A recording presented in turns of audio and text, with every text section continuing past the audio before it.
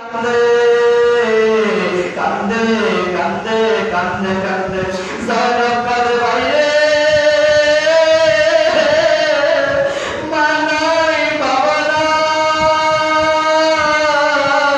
বাবার হাসান ছিল সবার খাইয়া দুনিয়া থেকে বিদায় হয়ে গেছে গো ওবার হুসাইন আপনি ছিলেন আপনি কারবালার ময়দানে শহীদ হয়ে যাইবেন গো আমরা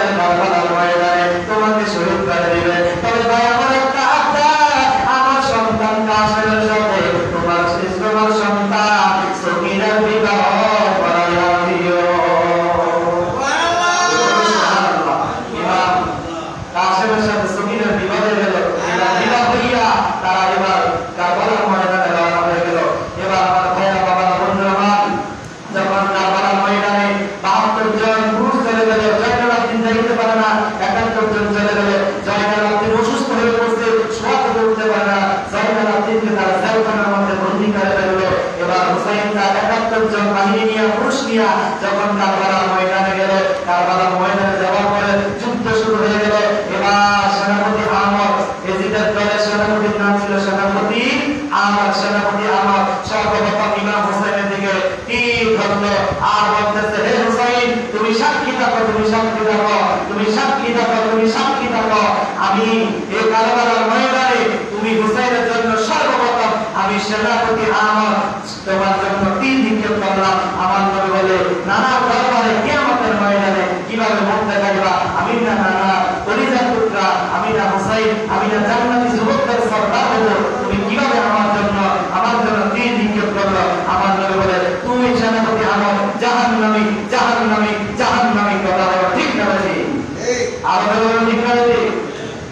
এবার ইমাম হুসাইনের সাথে সঙ্গের সাথে তারা যুদ্ধ শুরু করে দিল। যুদ্ধ করতে করতে নবীর বংশ, নবীর রক্ত মুবারক তার শরীরে, সে তো কমে যাওয়ার পাত্র না, কমে যাওয়ার পাত্র না।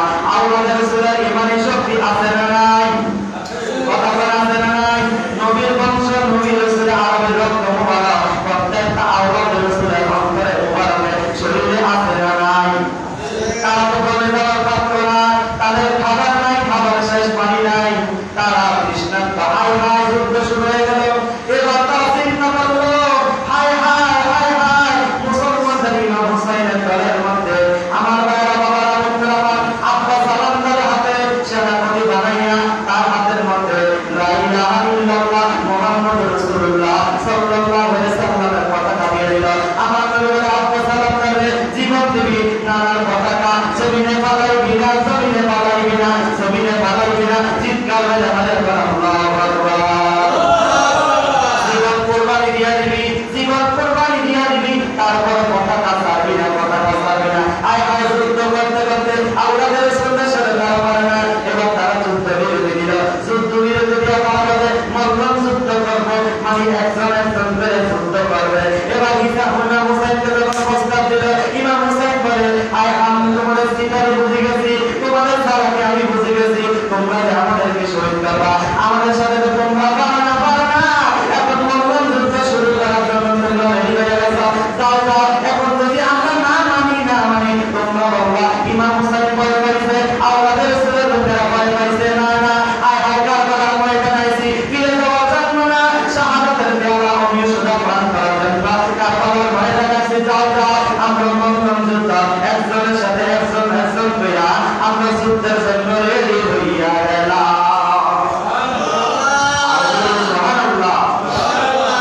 এবার একজন একজন যুদ্ধ শুরু হয়ে গেল।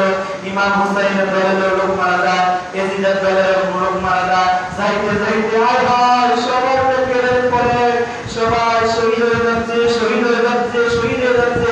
হঠাৎ করে ইমামের তাবুতে দৌড়াইয়া হুসাইন রাদিয়াল্লাহু তাআলা আনহুর বড় ছেলে আলী আকবর এসে বলে, বাবা ও হুসাইন, বাবা, যুদ্ধ করতে করতে করতে শরীরে ঘাম পড়তে পড়তে আর সহ্য করতে পারি না, পানির তৃষ্ণায় পরিণত হয়ে যাচ্ছে। বাবা গো, ও হুসাইন, একটু পানি খান না, একটু পানি দেন, একটু পানি দেন, একটু পানি দেন। ইমাম হুসাইন চোখের পানি ছেড়ে ছেড়ে বলে, ও আলী আকবর, আলী আকবর, তাবুর মধ্যে তো পানি নাই। হায় হায়, কেমনে তোমাদেরকে আমি পানি দিব? বাবা ভাইয়া, সন্তানের মুখে পানি দিতে পারি না, পানির জন্য আমার আলী আকবর শহীদ হয়ে গেল, আমার আলী আকবর শহীদ হয়ে যাচ্ছে। তীর খাইয়া যাত্রা শহীদ দিয়া ইমামের তাবুতে হাজির হইল। বাবা ভাইয়া, সন্তানের মুখে এক ফোঁটা পানি দিতে পারি না। আল্লাহর দরবারে হাত তুলে বলে, আল্লাহ, আল্লাহ, আমি পানি দিতে পারি না, আমার হোসেনকে আপনি নানা ইয়া রাসূলুল্লাহ, আপনি হাউজের কাউসার পানি নসিব করে দিন। সুবহানাল্লাহ। এবার আমার বাবারা, বন্ধুরা আমার, এবার আমার আলী আকবরকে বলে, ও আমার সন্তান আলী আকবর, তোমাকে আমি কিছু কষ্টের কথা শোনাই। আমার বাবা আলী রাদিয়াল্লাহু তাআলা যুদ্ধের জন্য অনেক দূরে দূরে চলে যাইতেন, সামান্য খাবার দিয়ে যাইতেন, 10 দিন 15 দিনের সপ্তাহ তিনি চলে যেতেন, কোনো খোঁজ নাই, খবর নাই। আয় হায়, ঘরের মধ্যে খাবার নাই, খাবার নাই, আমরা কিভাবে থাকতাম? এই কষ্টের কথা বলে আমরা কথাগুলো তার কাছে বলতাম, ও আমার সন্তান আলী আকবর রে, এই কথা কার কাছে শুনবো? আমি বাবা, তোমার মুখে পানি দিতে পারি না।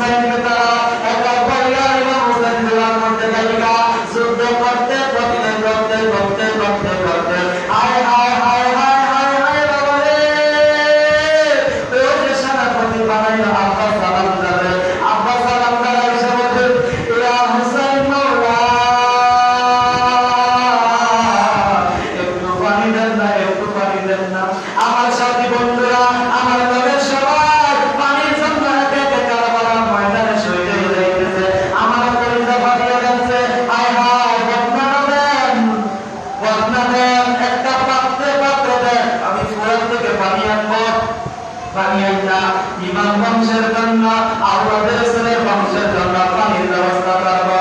এবার ইমামের কাপড় থেকে একটা কেটলি লইল, একটা বালতি লইল, পানির পাত্র লইয়া ঘরের মধ্যে দৌড়াইয়া শুরু করে দিল। দৌড়াইতে দৌড়াইতে যখন আব্বা সালাম দাও এবার কোরআনের কিনারে গেল, কোরআনের সেতুর দিকে তো হাই হাই শূন্য শূন্যের মধ্যে তারা কি বললো কিনারে হইয়া রয়েছে। হাই হাই আব্বা সালাম দাও বলে হাই হাই পানি দে পানি দে পানি দে পানি দে, এক মশা পানি দে, যদি পানি না দেয় জীবন দিয়া দিব, তারপর আমি পানি ছাড়া এখান থেকে ইমামের কাপড়ে যাব না। জোরে জোরে বলুন সুবহানাল্লাহ। বায়াত গ্রহণ করো, তাহলে আমরা তোমাকে পানি দিব। বলে না না, এদিকের কাছে আমরা কখনো বায়াত গ্রহণ করবো না, আমরা হুসাইনের তামাম করেছি, আওলাদের রসুলের তামাম করেছি, আমরা তোমাদের কাছে বায়াত গ্রহণ করতে পারবো না। এই কথা বলে নাসাব দিয়া কোরআন থেকে নাই, নাসাব দিয়া কইরা কোরআনের নদীর মধ্যে একটা ডুব দিয়া এবার এক মশক কইরা পানি আনলো। পানি নিয়ে যখন আবার কোরআন মধ্যে উঠবে, হায় হায় রে কোরআনের ইমাম হোসেনের কাপড় দিকে যখন রওনা হইল, পিছন দিক দিয়ে আব্বা সালাম দেওয়ার ডান হাতের মধ্যে একটা কোপ দিল রে বাবা। কোপ দেওয়ার সাথে সাথে এরপরে একটা হাত ধইরা গেল। ইমাম আব্বা সালাম দেওয়ার তার শরীরের মধ্যে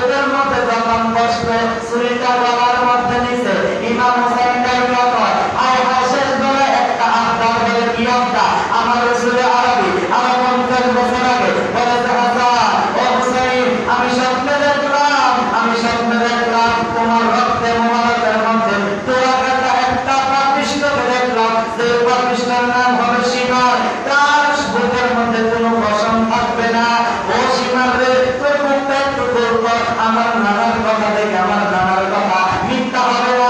আমার নানা বলছে যে আমাকে জবান করবে সীমা, ওই সীমার বুকের মধ্যে কোনো পশম থাকবে না, তার দিলের মধ্যে কোনো মায়া থাকবে না। একটু বললে তোর জামাটা বল, আমি তোর বুকটা একটু পরীক্ষা করবো। যখন সীমার তার বুকটা ধরলো, বুকটা ধরিয়া ইমাম হোসেন নজর দিয়ে দেখতেছে ওই সীমার বুকের মধ্যে কোনো পশম না। ইমাম হোসেন বলে আমার নানা 50 বছর আগে বলেছে তুই হচ্ছে পাপিষ্ঠ জাহান্নামের কি, তুই বলি সীমার জোরে বলেন নাউযুবিল্লাহ। ধীরে ধীরে সরাসরি সীমার আমার গলা,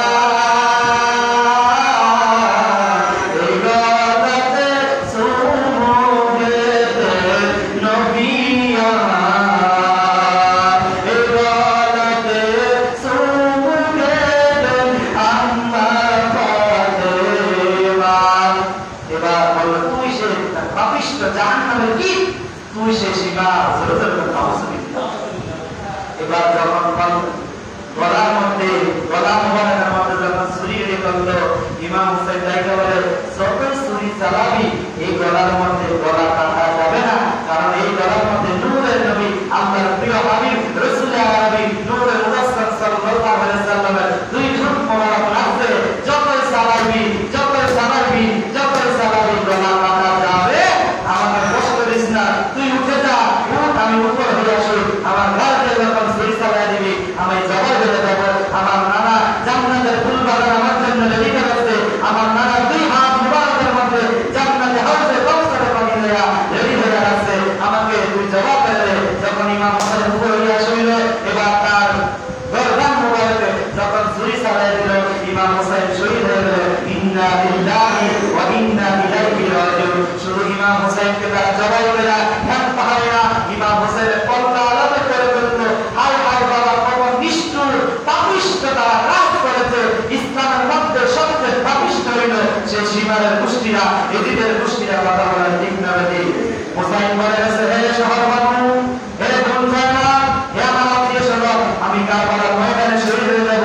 তোমরা মাপামজারি করিও না, আঘাত করিও না, কান্নাকাটি করিও না, শরীরের মধ্যে ধোয়া মারিও না, শরীরের মধ্যে তীর, শরীরের মধ্যে লাফ মেরে রক্তাক্ত করো না, হায় হোসেন করি না, কারণ তোমরা রোদন করবে না। এগুলো আমার নানা নিষেধ করেছে, কারণ আমরা হইলাম জান্নাতি ফুল, জান্নাতি ফুল, জান্নাতি ফুল, জান্নাতি ফুল বলে বলুন সুবহানাল্লাহ। আর বলুন সুবহানাল্লাহ। যখন শহীদ করে দিল রে, শহীদ করে দেওয়ার পরে তার ইমাম হোসেনের লাশ দেহ মুবারক একদিকে, কল্লা মুবারক একদিকে। পৃথিবীতে কোনো মানুষ নাই সেই মানুষের দুইটা মাথা আছে, দুইটা কবর আছে, আসেনি?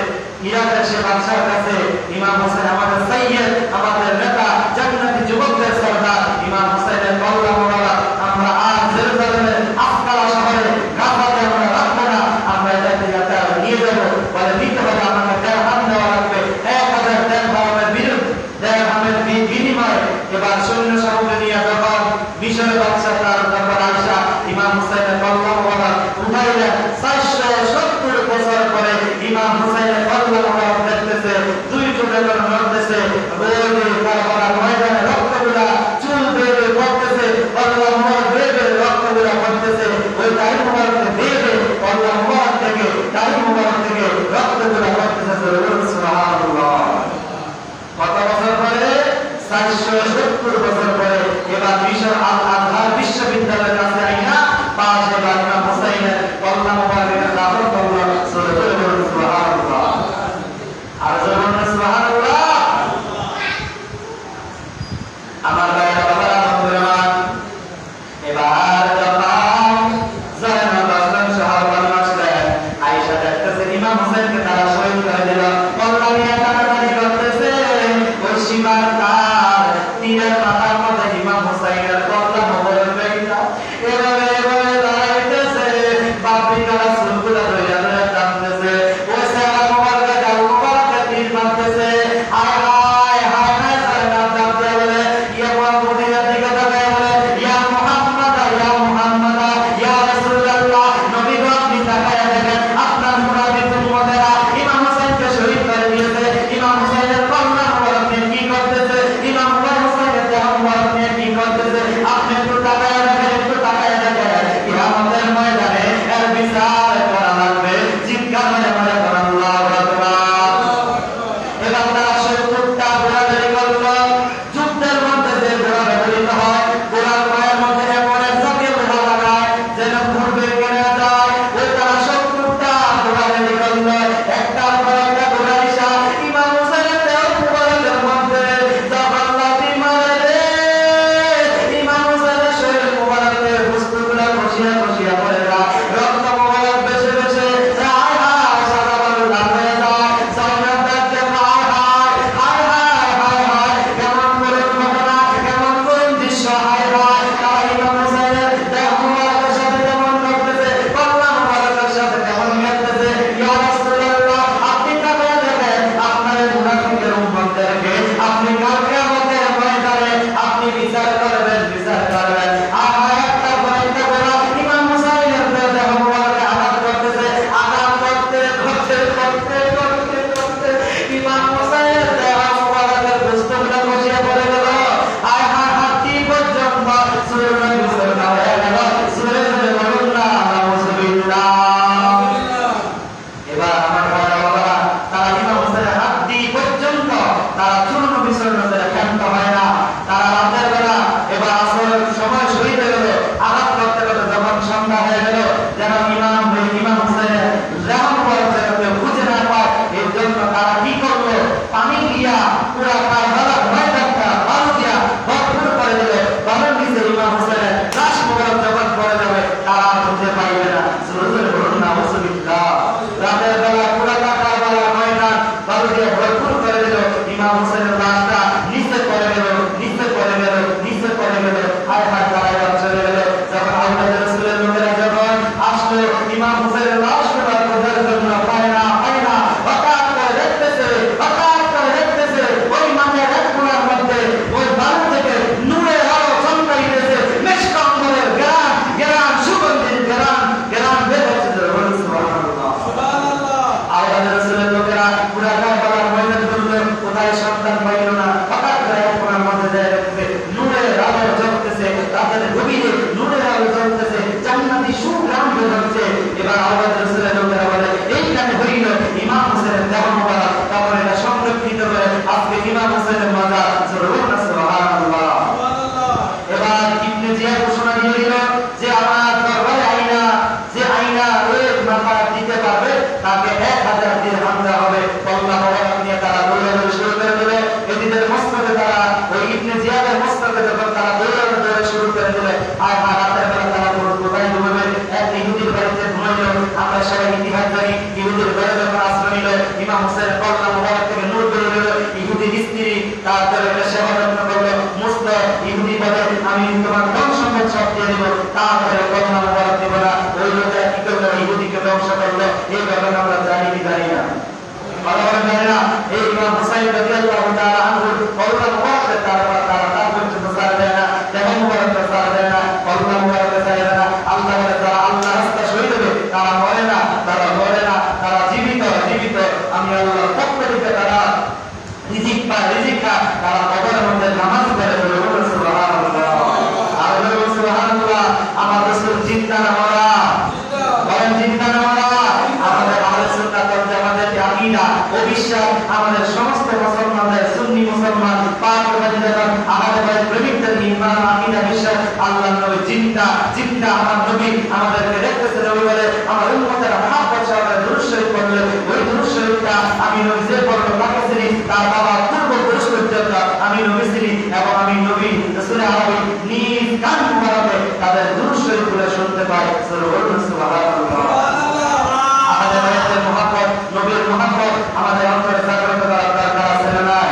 আর